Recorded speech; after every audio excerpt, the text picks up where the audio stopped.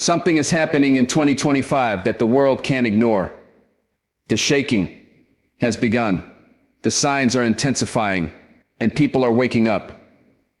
They are realizing that what they've been taught isn't the full truth, that the traditions they've been following won't stand in the final hour. And as the world plunges into confusion, millions are turning to the Seventh-day Adventist Church, not for religion, but for revelation, not for comfort, but for conviction, not for popularity, but for prophetic truth. Why? Because the Seventh-day Adventist Church has been preaching a message that most ignored for decades, a message the world is now desperate to hear. The Sabbath's truth is resurfacing. The call to come out of Babylon is getting loud. The urgency of the three angels' messages is breaking through the noise. People are realizing that the enemy has carefully covered the truth with distractions, deceptions, and diluted doctrine. But when the world falls apart, people go searching for what's real. And the Seventh-day Adventist Church holds a treasure that has been overlooked. The undiluted, unfiltered Word of God that confronts, comfort, calls out compromise, and commands full obedience to the Creator. Millions are waking up to the fact that Sunday is not the Sabbath, that death is asleep, not immediate heaven or hell, that God's people will not be raptured away to escape tribulation. They will stand through it.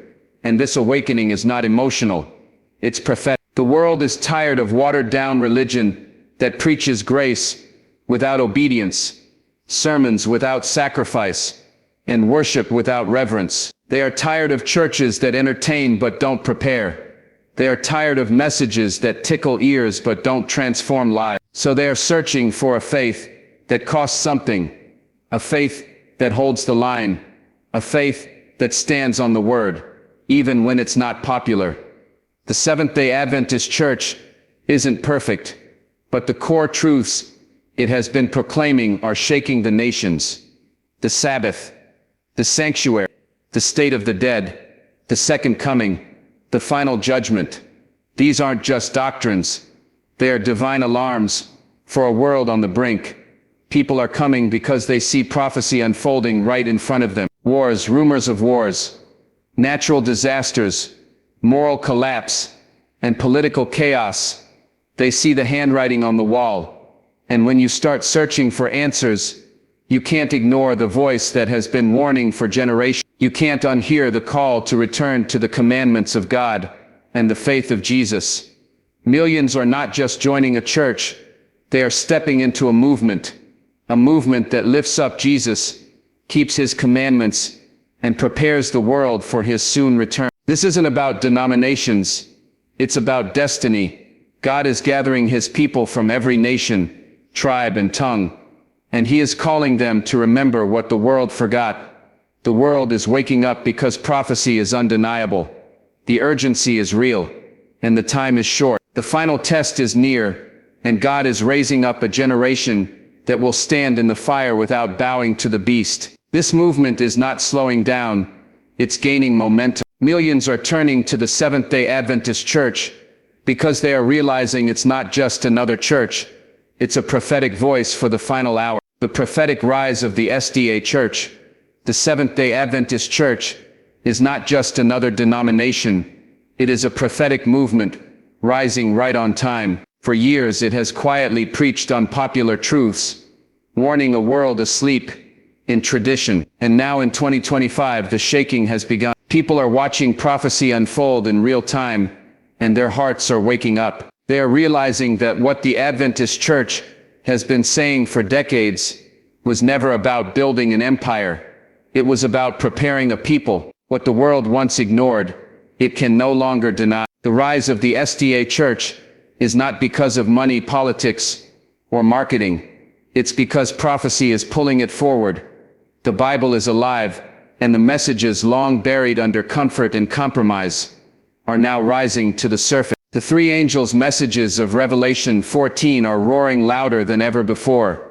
Fear God, give him glory, for the hour of his judgment has come. Worship him who made heaven, earth, and sea. That's a call back to the forgotten commandment. It's a call to reject the mark of the beast and stand with the seal of the living God. The Seventh-day Adventist Church has always lifted up the Sabbath, but the world was too busy to listen. Now as chaos fills the streets and systems crumble, millions are questioning what's real. They are turning away from traditions that have no biblical foundation. They are asking, why have we been keeping Sunday when God blessed the seventh day? They are searching, and the truth is finding them. The rise of the Adventist Church is also tied to its bold stance on the state of the dead. People are realizing that the popular idea of instant heaven or eternal torment does not match the Word. The Bible says the dead know nothing.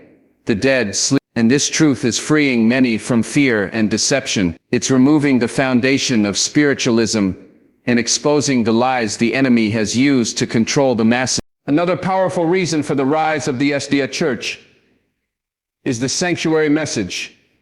This is not just church doctrine.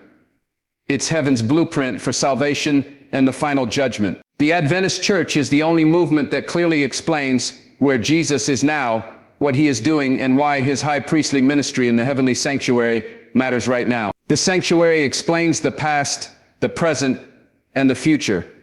It connects the cross, the commandments, and the coming crisis. People are also turning because the Adventist Church isn't preaching a rapture that allows escape from tribulation. It's preaching endurance. It's calling people to stand, not run.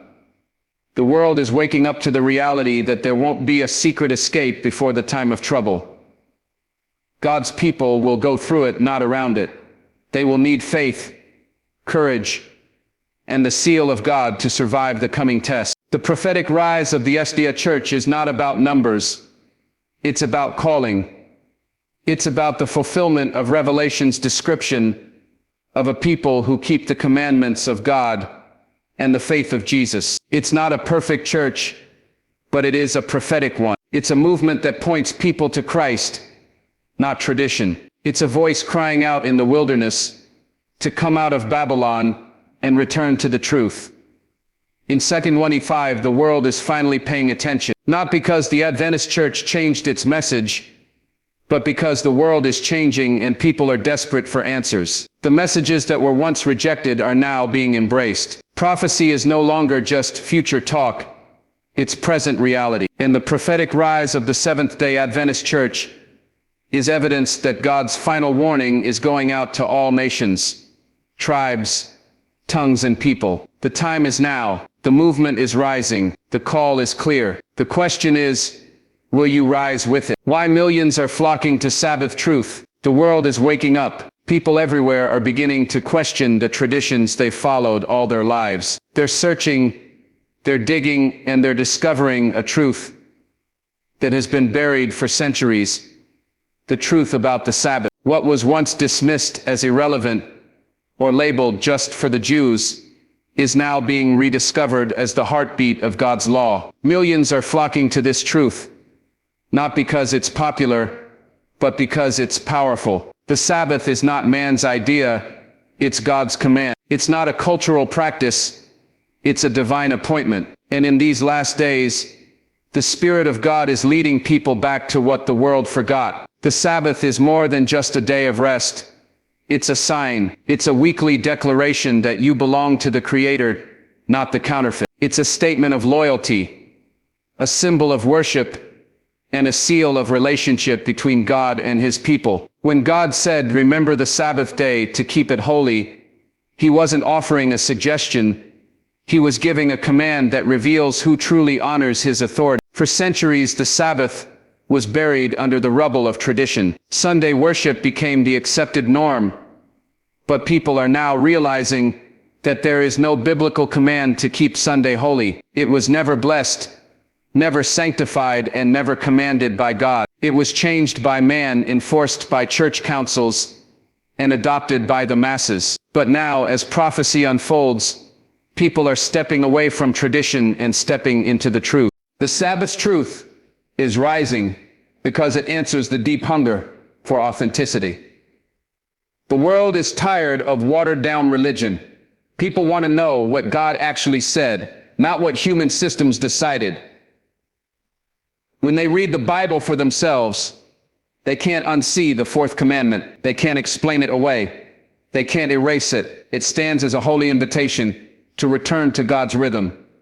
Millions are also flocking to the Sabbath because it brings rest in a restless world. Society is speeding up, drowning in noise, overwhelmed by busyness. The Sabbath cuts through the chaos. It offers sacred time to slow down, reconnect, and be still in God's presence. It's not just about ceasing from labor.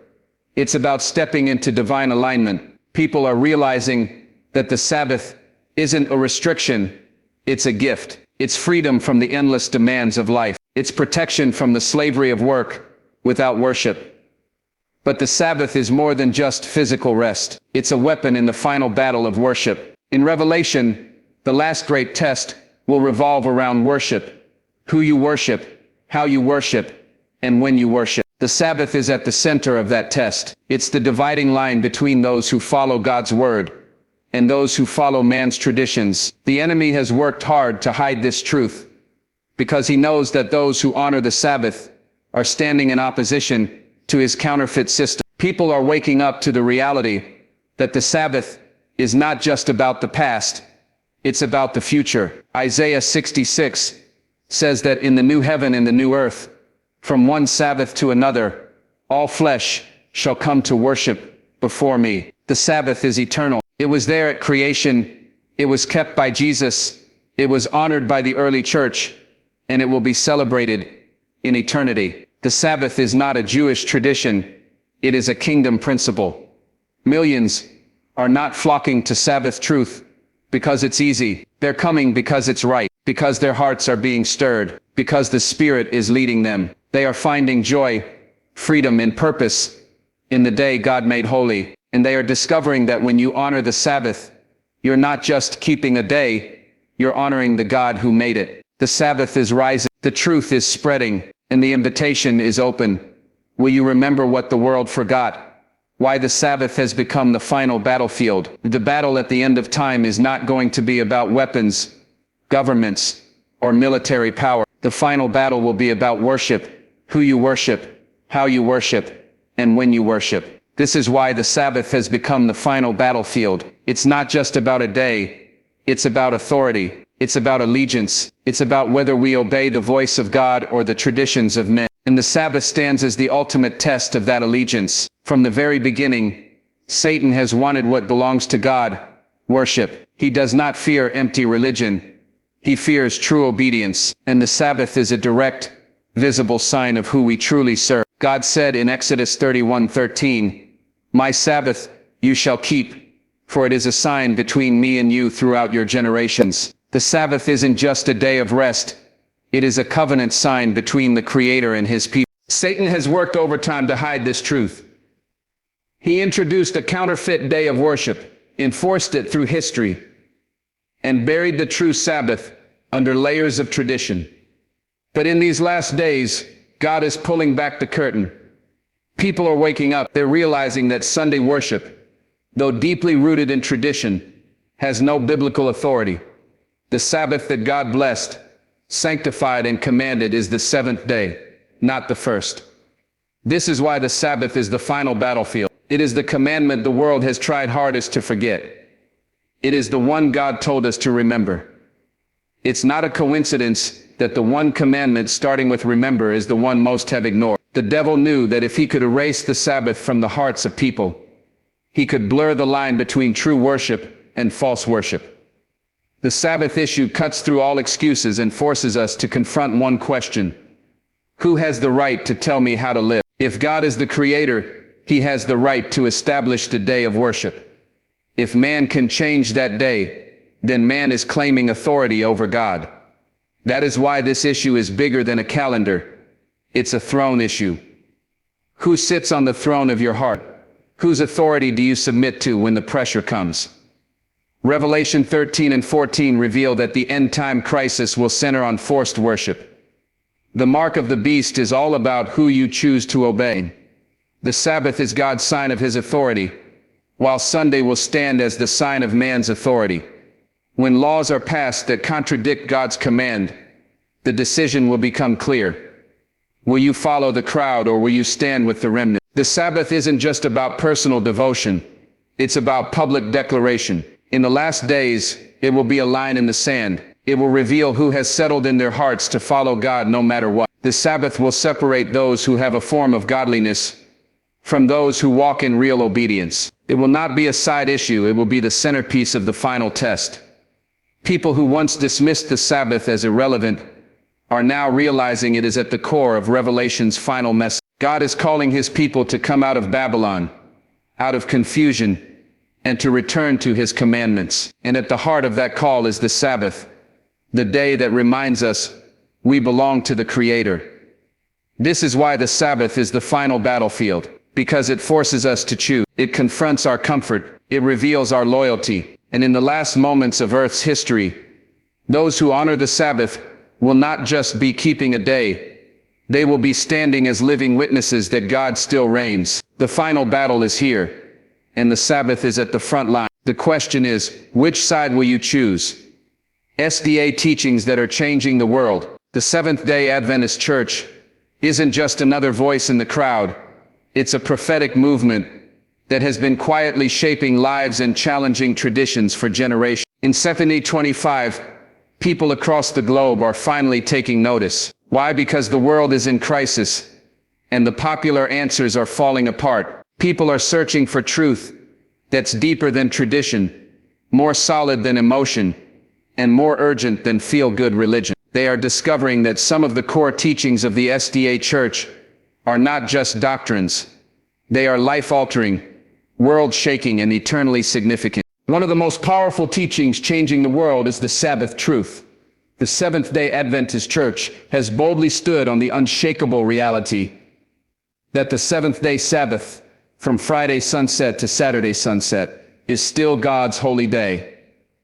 This teaching is waking people up everywhere. It forces believers to confront the uncomfortable question: are we worshiping the way God commanded, or the way tradition has taught us?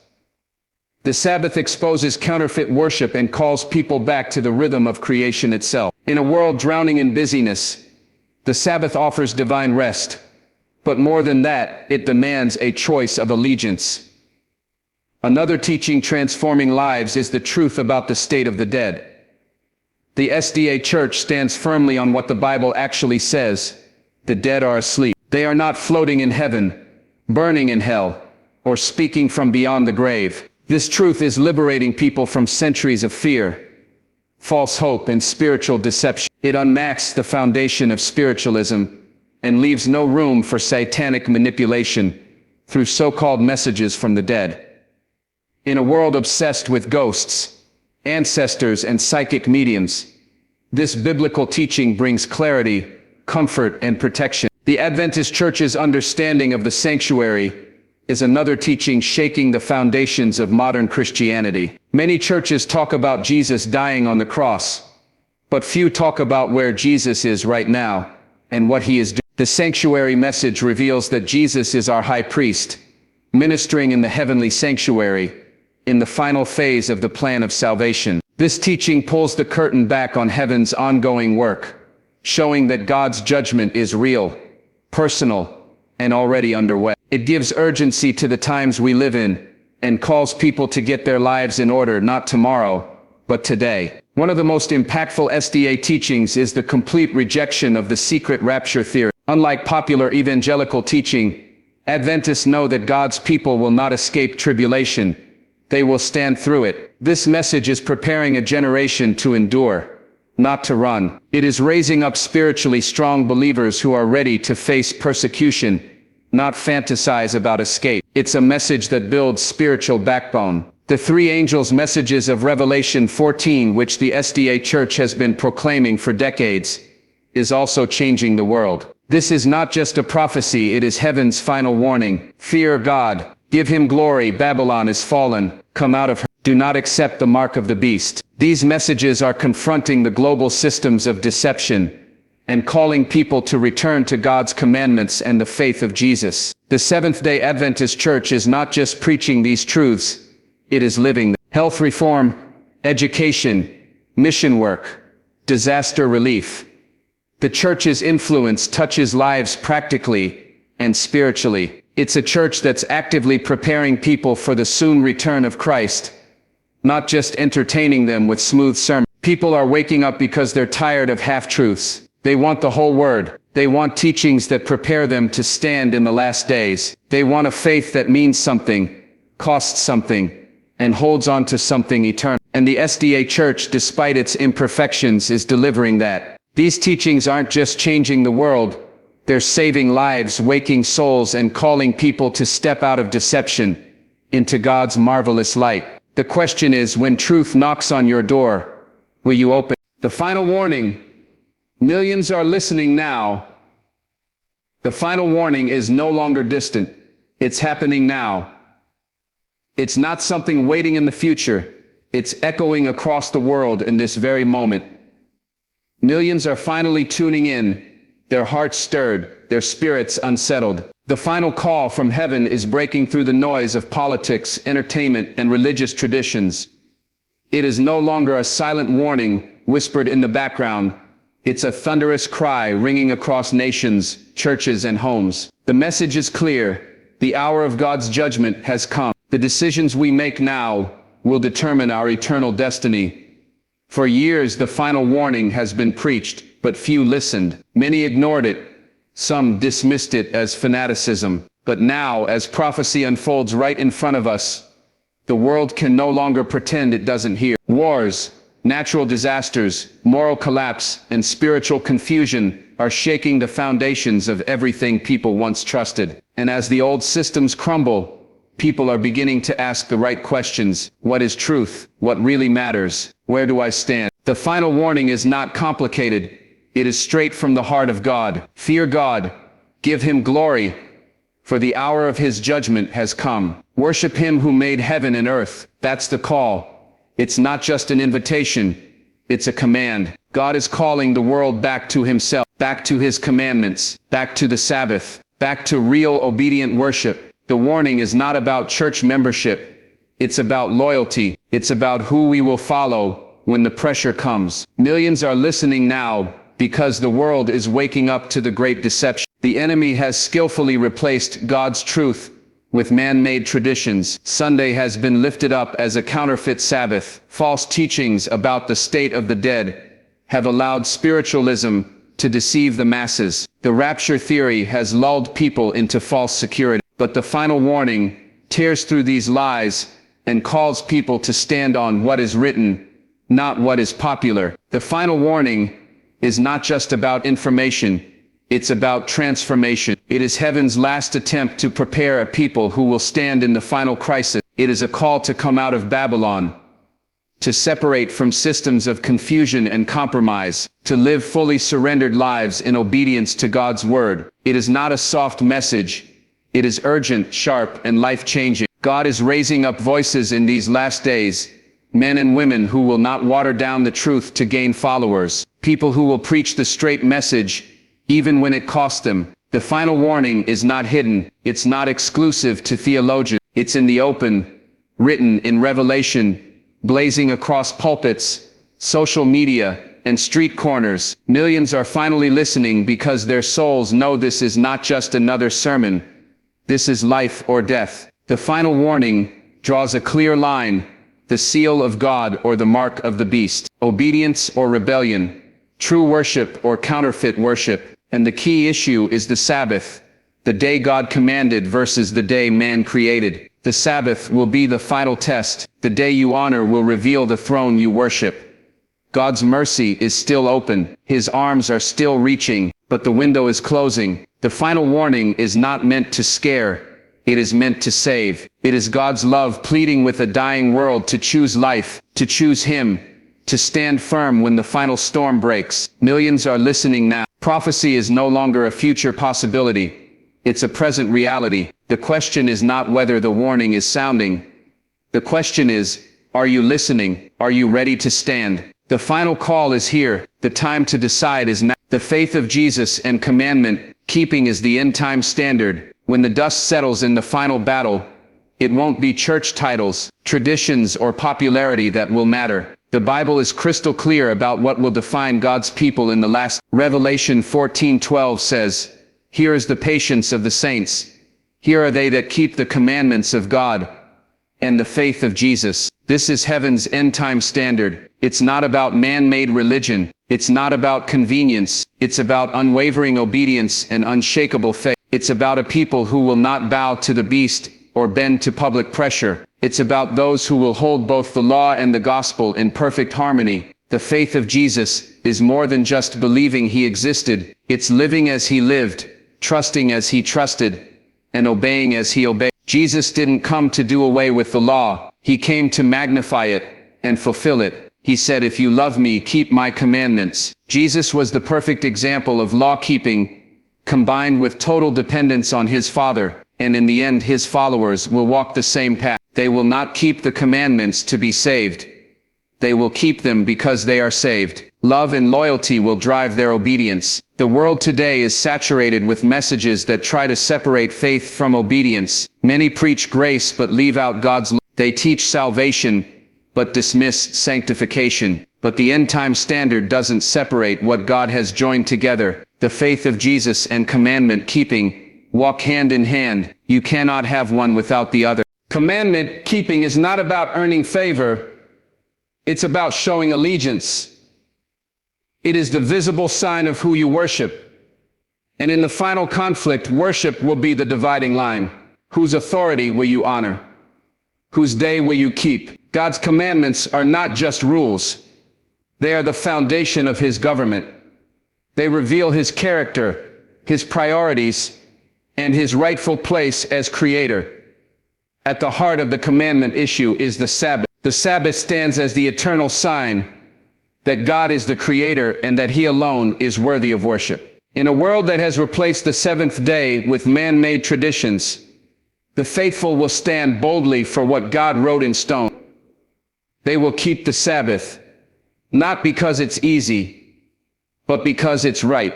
The Sabbath will be the visible mark of their allegiance to God in the final crisis. The faith of Jesus is the power that will carry God's people through the darkest hour. It is faith that does not waver under threat, faith that does not crumble under persecution, faith that holds on to God's promises when the whole world turns against them. The faith of Jesus is a faith that trusts completely, obeys fully, and endures patiently. It is the same faith that led Jesus to the cross, and it is the same faith that will strengthen his people to stand when the storm breaks. In the last days, compromise will be easy, but obedience will be costly. Those who keep God's commandments and the faith of Jesus will be ridiculed, isolated, and even hunted. But they will not break. They will not surrender. Their lives will be living testimonies of heaven's end-time standard. They will be the evidence that faith and obedience can still walk together in a world of rebellion. The final judgment will not be based on what church you attended. It will be based on who you obey. The faith of Jesus and commandment keeping are not optional. They are the seal of the redeemed. This is the gold standard of heaven, and the time to live by it is not tomorrow.